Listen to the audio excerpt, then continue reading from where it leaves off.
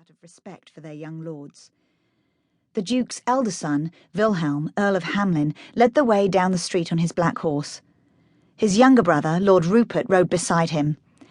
Two bearded knights on cinnamon-coloured horses followed 3 lengths behind the young men, with 2 more bringing up the rear. The knights were simply dressed, but the noble sons were covered from neck to toe in flowing robes. Rose stifled a snort. They were only returning home. Did they think they were on their way to the king's court? Yet, as he drew nearer, she saw that Lord Hamlin wore not a robe after all, but a plain cloak of dark wool. His bearing and the proud tilt of his head were what made him look so regal. In contrast to his brother's outerwear, a fur-trimmed surcoat of lustrous sapphire silk hung over Lord Rupert's lean frame, with only the toes of his leather boots peeking out. The disparity between the brothers went beyond their clothing. Lord Rupert's light brown hair was long and curled at the ends, and a blue ribbon gathered it at the nape of his neck. A jaunty glint shone from his pale eyes. Lord Hamlin's black hair hung over his forehead, and he seemed oblivious to the crowd. His focused gaze straight ahead towards Hagenheim Castle, whose towers were visible over the tops of the town's tallest buildings. No, she'd say they hadn't changed at all. "Willkommen!" Hildy called out. "Welcome back, my lords!" She waved her hand high, as though hailing a messenger. All eyes turned to Rose and Hildy. A spear of panic went through Rose. She wanted to hide, but it was too late. Lord Hamlin's eyes darted in their direction, alighted on Rose, and held. His expression changed, and his features softened as he looked at her. Then his gaze swept down, taking in her basket and her dress. He quickly faced forward again. "He realizes I'm nobody, a peasant girl."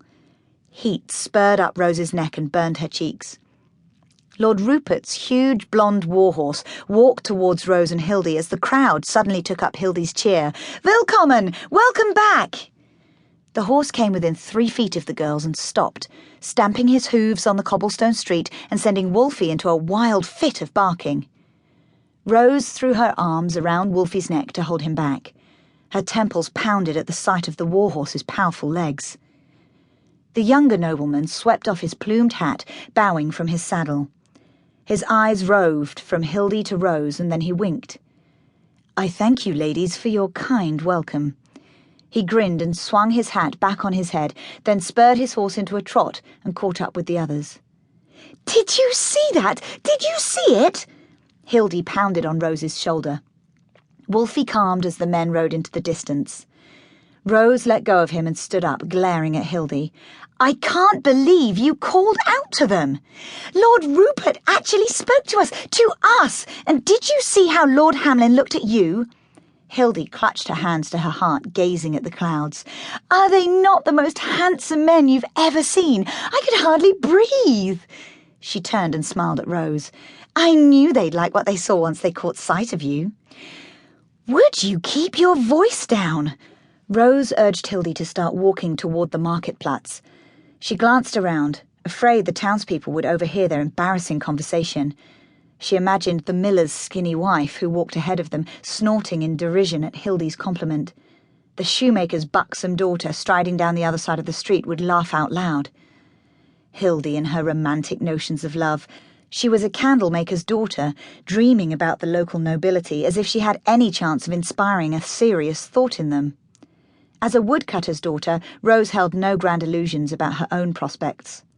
Hildy's chatter faded into the background as Rose wondered at Lord Rupert's flirtatious wink. But what stuck in her mind was the way Lord Hamlin had looked at her. Thinking of that, her face began to burn once again. She'd encountered her share of leering men and their crude comments, but Lord Hamlin's look was different. It had made her feel pretty, until he noticed her clothing. She should have worn her good dress, the crimson one with a bit of white silk at the neck and the wrists that Frau Jerusha had given her.